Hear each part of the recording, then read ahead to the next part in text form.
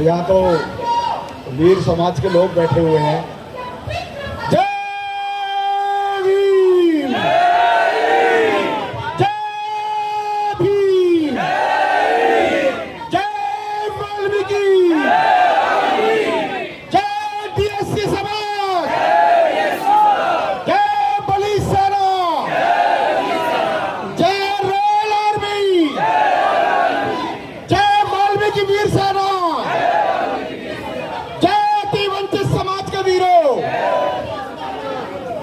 साथियों, जब कभी निराशा छा जाए तो सब लोग एक बार नारे लगा देना चाहिए ताकि थोड़ा सा बल आ जाता है।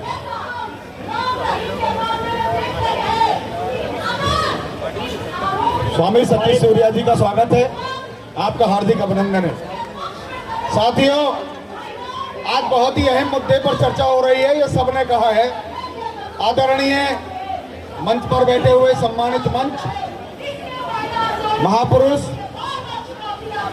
मैं सबका नाम लूंगा तो बहुत समय हो जाएगा। संत महात्माओं के चरणों में मेरा नतमस्तक प्रणाम। सामने बैठे हुए मेरे सम्मानित गण, उनके चरणों में मेरा नतमस्तक प्रणाम। बड़े भाइयों को जय वाल्मीकि, जय भीम, नमस्कार। और छोटे भाइयों को आदरणीय प्यार। साथियों, मैं अक्सर दो बात जरूर कहा करता हूं जिनसे हमारी पहचान है। दुनिया के सबसे द्वापर त्रापर में, त्रेता में भी शिक्षा का आविष्कार करते हुए दुनिया की धरती पर सबसे पहले देवताओं में देव, आदिदेव, जिनके हाथ में कलम, सृष्टि के रचयिता भगवान महर्षि वाल्मीकि जी के चरणों में नतमस्तक प्रणाम। साथियों, जहां इस पीपल के पेड़ की पूजा होती हो, नीम के पेड़ की पूजा होती हो, बरगद के पेड़ की पूजा होती हो, केला की पेड़ की पूजा होती हो, कुत्ता की पूजा होती हो, गधों की पूजा होती हो, घोड़ियों की पूजा होती हो, गाय की पूजा होती हो, बैल की पूजा होती हो नंदी के नाम से, और गोबर को गणेश बना करके पूजा की जाती हो, नदी और नाले, गड्ढे और कीचड़ की पूजा होती हो, ऐसे, और इंसान को अछूत समझा जाता हो, इंसान को अनटचेबल समझा जाता हो, ऐसी जिल्लत की जिंदगी से निकालने वाले युग पुरुष, विश्व भूषण, भारत रत्न बाबा साहब डॉक्टर अंबेडकर का चरणों में नतमस्तक प्रणाम करते हैं।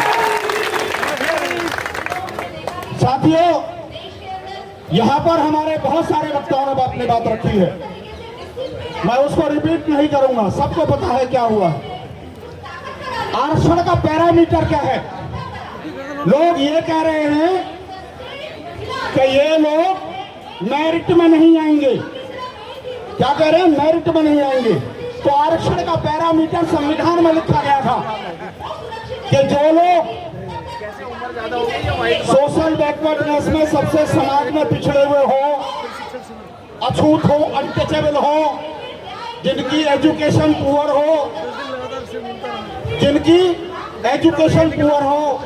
जिनको अछूत समझा जाए, जिसकी इकोनॉमी कमजोर हो, उसको आरक्षण का लाभ देकर आजकल संविधान बहुत चल रहा है भैया। लोकसभा में संविधान दिखा रहे हैं, मैं भी संविधान दिखाने लाया हूं। मैं भी ये संविधान दिखाने लाया हूं। संविधान की आर्टिकल 14 में लिखा है, संविधान की आर्टिकल 14 में लिखा है कि भारत की संपत्ति, भारत के अधिकार, भारत की हर प्रॉपर्टी में नौकरी से लेकर के संपत्ति तक भारत के उस वंचित समाज का हक होगा जो अति वंचित है, जिसको सम्मान और जिसको मान नहीं मिला। हमारे बड़े भाई हमारे लिए कहते हैं कि ये तो पढ़ते ही नहीं है। अरे पढ़ते कैसे भाई? रिजर्वेशन तो पहली क्लास से शुरू होता है ना। रिजर्वेशन कहां से शुरू होता है? पहली क्लास से। जो बढ़िया पब्लिक स्कूल हैं उनमें भी आरक्षण की सुविधा है, इंटरनेशनल स्कूल हैं उनमें भी आरक्षण की सुविधा है, जब आरक्षण की सुविधा सब जगह है तो आप भी आरक्षण के माध्यम से वहां पर टीचर भी आप हैं, बाबू भी आप हैं, प्रिंसिपल भी आप हैं और DIOS डिस्ट्रिक्ट एजुकेशन ऑफिसर भी आप हैं, एजुकेशन डायरेक्टर भी आप हैं और तो और आप सोशल जस्टिस मिनिस्टर के मिनिस्टर भी आप हैं, आप शिक्षा मंत्री भी रहे, आप स्वास्थ्य मंत्री भी रहे, आप सोशल जस्टिस मिनिस्टर भी रहे। आपने जो आरक्षण का सही पैरामीटर था उन लोगों को आरक्षण का लाभ पहुंचाने का आज तक काम नहीं किया, इसीलिए सुप्रीम कोर्ट ने यह फैसला दिया है, इसीलिए फैसला दिया है। और वो फैसला इसलिए दिया है कि आरक्षण में जब किसी समाज को उसको बराबरी पर लाना है, उसको मान देना है, उसको सम्मान देना है, आरक्षण भीख नहीं है, आरक्षण उन्मूलन का रास्ता नहीं है, आरक्षण आर्थिक स्थिति से उभारने के लिए नहीं है। ये बात तो सब कह रहे हैं, लेकिन बिगर आरक्षण के इस दलित समाज में, अति वंचित समाज का इस जीवन रेखा के अलावा, आरक्षण के अलावा कोई रास्ता हो तो मुझे बताओ। कोई रास्ता है क्या? आरक्षण के अलावा कोई रास्ता है क्या? कोई रास्ता नहीं है। कोई रास्ता है क्या? हाथ उठा के बताइए साथियों, इस दलित वंचित समाज का आरक्षण के अलावा कोई रास्ता है क्या? नहीं है। आरक्षण के लिए कह रहे हैं आरक्षण की नौकरियां खत्म हो गई। अरे भाई, आरक्षण की नौकरियां खत्म हो गई, क्या पुलिस वाली नौकरी खत्म हो गई? दिल्ली पुलिस के अंदर 83,000 पुलिस कर्मचारी है, एक सिपाही से लेकर के कहां तक, दिल्ली पुलिस कमिश्नर तक 83,000। और SC ST को अगर मिला दिया जाए तो उसमें 23,000 पुलिसकर्मी है। SC ST को मिला करके 12,580 सीटें, 12,580 सीटें एक सिपाही से लेकर के दिल्ली पुलिस कमिश्नर तक आती है शेड्यूल कास्ट की। उसमें वाल्मीकि कहाँ है भाई? उसमें खटीक समाज कहाँ है? उसमें धानुक समाज कहाँ है? उसमें धोबी समाज कहाँ है? उसमें क्या वाल्मीकि नाली में साफ करते करते मरने के लिए पैदा हुआ है क्या? बताइए आप लोग। क्या धोबी समाज कपड़े धोते धोते मरेगा क्या? क्या धानुक समाज मजदूरी करते करते मरेगा क्या? क्या बंजारा समाज या घूमंतु समाज बंदरों का खेल दिखाते दिखाते मरेगा क्या? ये है आरक्षण की सही संवैधानिक तरीके से तो भारत के सर्वोच्च पंच ने जो न्याय दिया है कि जो लोग आरक्षण में वंचित रह गए हैं उनको एक ही तरीका है कि वर्गीकरण करके इनको न्याय दिया जाए, इनको नौकरियों में शामिल किया जाए, इनको शिक्षा में शामिल किया जाए। अब ये कहते हैं नौकरियां खत्म हो गई तो भाई पेट्रोल पंप तो आगे भी खुलेंगे, पेट्रोल पंप में भी हमारा आरक्षण होना चाहिए। तो अगर पेट्रोल पंप में भी आरक्षण है, आप बताइए दारू के जितने ठेका होते हैं उनमें भी आरक्षण की सुविधा है। एक दारू का ठेकेदार एक IAS मिलकर के इतना जिंदगी भर नहीं कमा पाता जितना 2 साल के अंदर दारू का ठेकेदार कमा लेता है। कमाता है। CPWD में, PWD में ठेकेदारी होती है भारत सरकार के अधीन। एक बात और मैं आपको बता दूं, भारत सरकार के अधीन जितने खरीद फरोख्त होती है इंफ्रास्ट्रक्चर्स को डेवलपमेंट करने के लिए पैसा अलॉटमेंट किया जाता है। 50 लाख करोड़ रुपया भारत का बजट है। उस बजट में से जितने दफ्तरों को पैसा एलोकेट किया जाता है उस एलोकेशन में से 4% दलितों के डेवलपमेंट के लिए वो पैसा उनकी तरफ से लगाने के लिए दिया जाता है कि वो लोग उस कंपनी में 4% अपने हिस्सेदारी सामान बेचें। उसमें भी आरक्षण में नहीं हम लोग। बताइए साथियों, कहाँ है हम लोग आरक्षण में? कहीं नहीं। दूसरी बात, सड़क निर्माण, भवन निर्माण, जितने भी निर्माण होते हैं उनमें सब में आरक्षण की सुविधा दी गई है, लेकिन उसमें नहीं रखा गया। अब एक बात और मैं कह रहा हूं, यूपी पुलिस में, हरियाणा में यूपी पुलिस में 3,30,000 सिपाही हैं, सिपाही से लेकर के कमिश्नर तक है। 3,30,000 के अनुसार 47,000 महिला पुलिसकर्मी है, 49,500 लोग शेड्यूल कास्ट के बनते हैं, लेकिन उसमें शेड्यूल कास्ट के लोग कहाँ हैं? हमारे अपने लोग कहाँ हैं? जो DSC समाज है वो है ही नहीं। साथियों, 3 लाख स्कूल हैं, 3 लाख स्कूलों में 3 लाख स्कूलों में उत्तर प्रदेश के अंदर ही 9 लाख रिजर्व कैटेगरी के टीचर बनते हैं। 9 लाख में से 9,000 वाल्मीकि समाज के यूपी में टीचर नहीं है। 1 लाख हरियाणा के अंदर टीचर है, उनमें से 10,000 वाल्मीकि खनिज भूमि नहीं है टीचर। बताइए कितना बड़ा अन्याय है, कितना बड़ा अन्याय है। और ये कहते हैं कि बाबा साहब की जय भीम। अरे आप लोग बाबा साहब को बेच रहे थे, पार्कों को घेर रहे थे। आपने तो बाबा साहब के नाम पर जमीन अधिग्रहण का काम किया है। बाबा साहब के नाम पर आपने बाबा साहब को माना ही नहीं है। अरे आपने बाबा साहब को माना होता तो बाबा साहब का नारा था समता मूलक समाज की स्थापना करना, समता मूलक समाज की स्थापना करना, अपने भाइयों को न्याय देना। आप तो हमारे रहबर थे, आप तो हमारे भाई थे। आपने आरक्षण की सुविधा आते के साथ ही, सुप्रीम कोर्ट का आदेश आते के साथ ही आपने प्रेस कॉन्फ्रेंस करा ली। अरे भाई, पहले दीना भाना जी को काशीराम जी ने धोखा दिया, फिर मायावती ने रामविलास वाल्मीकि को धोखा दिया, और अब चंद्रशेखर रावत ने वाल्मीकि समाज को धोखा दिया।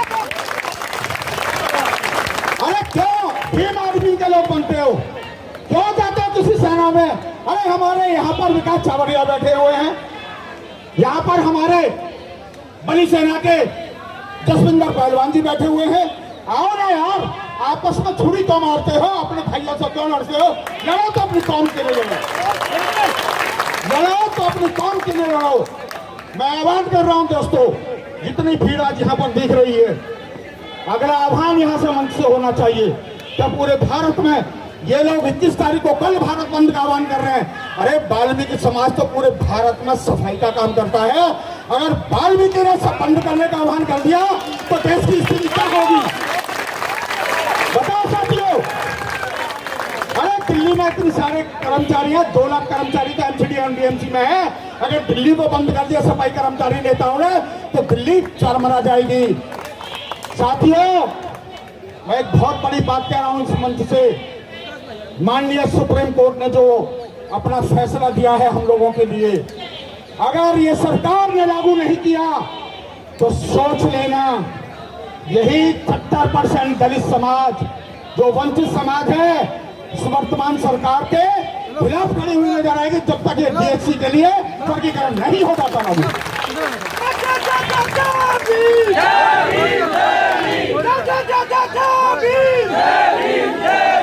वाल्मीकि समाज, वाल्मीकि समाज जिंदाबाद, वाल्मीकि साथियों, एक बहुत बड़ी बात बता रहा हूं। ये कहते हैं हमारे बड़े भाई हैं, हम भी कहते हैं, हम आपको रिस्पेक्ट देते हैं कि आप हमारे बड़े भाई हो। लेकिन आप एक बात बताओ, जनरल कैटेगरी का 51.5% कोटा है। कितना है? 51.50।